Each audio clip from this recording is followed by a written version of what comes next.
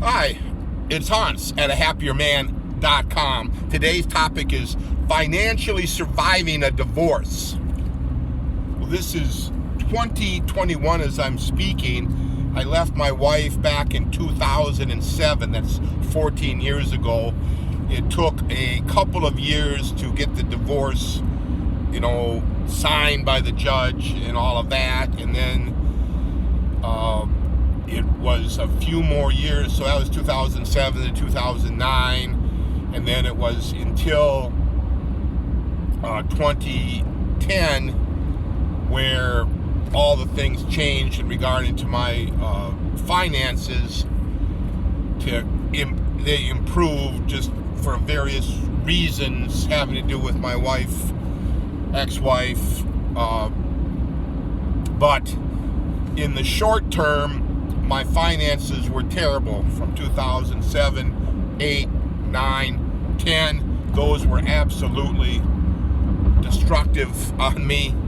All the divorce was kind of crippling me in the sense my wife was a stay-home mother. She didn't work. So, and then the kids, it was decided that the kids would stay with her mostly. So I was giving her about 3/4 of my net pay. Right, so how was I supposed to live? Not very well. My parents gave me a lot of assistance during that time period on a monthly basis to kind of survive. I reworked my tax withholdings, so I was claiming lots of deductions, so I had hardly any taxes withheld during that time period. So between the not paying any taxes on my paycheck and my parents' help and my extreme frugality, I survived. And then through a variety of circumstances, I ended up not having to pay for child support and alimony. Well, basically the kids couldn't deal with living with their mother. They came to me. I went back to court to get full custody of them and not have to pay anything. So that really helped. You may not have as much luck as I would. I would say that in order to get to that point, though, financially, that extreme financial help went through extreme misery. Can you imagine what it would take for a child to go through that? They had to run away from their mother, right? So this was no cakewalk for me or my kids at that time frame. So surviving. I could talk about surviving because I survived. In the years afterwards, things got better. Not totally better. I spent quite a bit of 1 year in that deep part of the financial recession where I was laid off, not making any money. Because of all the problems previous, my credit was terrible, right? So anytime I would get some credit, some loans or whatever, the interest rates were sky high, and it was very difficult to live. All the money I'd made previous to this was evaporated in the marriage and the divorce. So I, started at way less than zero. Plus I had these kids to take care of, right? Plus I was getting laid off for the economy in general. So it wasn't really a very good time. What I'm saying is, eventually I worked my way up, right? I worked my way up. Things have been going much better now. I've been putting money aside. I've been dealing with the debts. For example, I didn't pay taxes for quite a few years. I didn't have anything withheld. I didn't file taxes. So eventually the IRS and the state caught up to me, and I had to redo and had to pay all that back, and thousands and thousands and thousands of dollars of back taxes. You can't not pay them without without serious repercussions. And I did. I got all that behind me. That was a major deal. And then, so all those years of previous in my marriage, I really did nothing for myself of any kind of fun or health or dental or any kind of quality of life. So when I finally left and wanted to, so I had a little bit of that, right? A little bit of fun, a little bit of travel, a little bit of niceness. But since my credit was terrible and I had no cash savings or investments, I had to use high interest credit to have a little bit of a life. And so now, in the ensuing years later, my credit's improved enough to convert the high interest credit to 0% credit. And with that, I'm able to more rapidly pay down those old credit problems. And in addition to paying down the credit rapidly, I'm rapidly increasing my savings and investments to kind of set myself up for a kind of a halfway decent retirement. So what I'm saying to you is that your worry over your finances when you get a divorce is real. You will most likely take an enormous beating with a divorce, but you will survive. You will survive as long as you keep working, keep making an income, don't give up, right? If you give up and quit working, yes, you will not survive, right? If you assume that things will get better without you putting in enormous effort, they won't. You need to put in enormous effort. I've changed jobs numerous times trying to make more money, trying to make a better future for myself, and in the doing that has really helped, to building a pension, to having a better quality of life, to getting a higher income. All of that helps. Being frugal as much as you can. To not expect to have all the finest things in life. I would say that if you need all the finest things in life right away, you're not going to be able to have much of a life. You've got to work these finer things in life in slowly over time. And eventually you'll have it. Financially, you will recover from your divorce if you keep at it. It may take a good long while. Like I said, I left her in 2007. It's 2021. I'm not fully recovered. It's only been 14 years. It's going to take me longer to get recovered, right? But I'm recovering. Things do work out with your persistence and your effort and your positive mental attitude and keeping your desires in check with where you're at within the reality of your finances. So I spend money here and there. Maybe some people would say a little foolishly, right? I bought a very nice truck, right? It costs more to have a truck, it costs more in gas, it costs more in repairs, it costs more in oil changes. Yes, that was an indulgence, a luxury, I guess. It might have been better to wait. It's just, I've enjoyed it since. I do travel from time to time, stay in nice hotels, go to nice places. That's a little bit of a luxury, right? I do like to go out to eat and get quality food. A little bit of a luxury.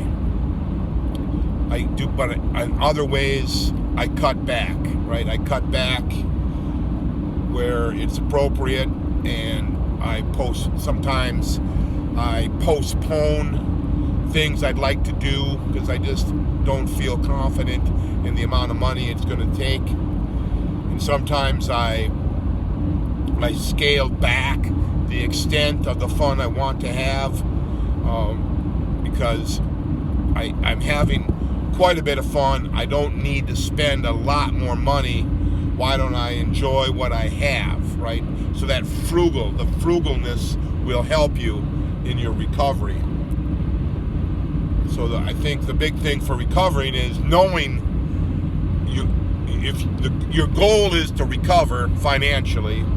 If you're going to get divorced, and if you have a bad marriage, you should get a divorce. And if you have a bad marriage and you're on the fence about whether to get my book, Leave Your Wife and Become a Happier Man, with the 3-step system available on the ahappierman.com website, it will save your life. And I'm just trying to further reinforce with this video now that financially there is a way out. Now, it will depend on the laws in your state, with how much you have to pay her and how long you have to pay her. So you're gonna need an attorney to guide you through all this. You may want to get an attorney before you decide to get a divorce that's qualified in your location, your state, to give you the expert advice about the finances, how it might work out. I'm just saying, for me, eventually it worked out. Eventually it worked out. And so I would not just automatically assume it's not going to work out for you and stay in a bad marriage. If you're in a bad marriage, I would do everything in my power to investigate getting out, including contacting an attorney before I start thinking about it, to start learning the laws in your state. Don't go to the internet and look up the laws. All the articles on that are written by attorneys meant to get you into their office. Go into their office, give them some, enough hundreds of dollars to give you the right amount of guidance you need to make your decision. You may find that there's no way for you to not come out in a decent ever, and that, yes, you may, some of you guys in some states, you might be stuck, but I would definitely investigate all this. I would definitely talk to an attorney who specializes in divorce for men in your state. So getting back to the good part is once I left her, I was able to start recreating my life, both emotionally, physically, time-wise, and financially. So I'm very, very happy with how my finances are improving. Things are, kind of looking up. Things are going much, much, much better. I'm starting, I'm tracking better the improvements. I'm making headway. And yes, one of the things you may have to do financially is take an enormous hit on how you live. So when I was left my wife, we were living in a 3-bedroom, 2,500 square foot ranch house in one of the most beautiful suburbs in the metro area that we lived in, the one with one of the best school systems, the nicest, it's where a lot of the more affluent, wealthy people like to live. Not everybody there was wealthy and affluent. It's just that when a lot of people are wealthy and affluent, that drives everything upward in a positive manner for everyone else. So, beautiful house, fairly new. Our dream house, my dream house, her dream house. When I ran from her on that fateful day, I didn't have a place secured. I just left, and I just hoped for the best, and I laid on a friend's couch for a few weeks. I stayed with my sister in a neighboring town during the week, driving back and forth to work. I stayed with my parents on the weekend.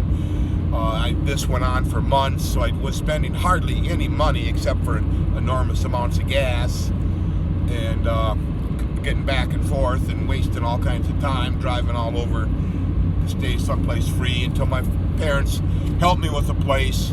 And instead of, you know, that 3-bedroom beautiful ranch house, I was in a dumpy 2-bedroom apartment in the same town where my kids were living. So they were close by, which made it nice. But it was like a total, it was like, you know, going back to the college days where you don't really have anything. You live in a dump.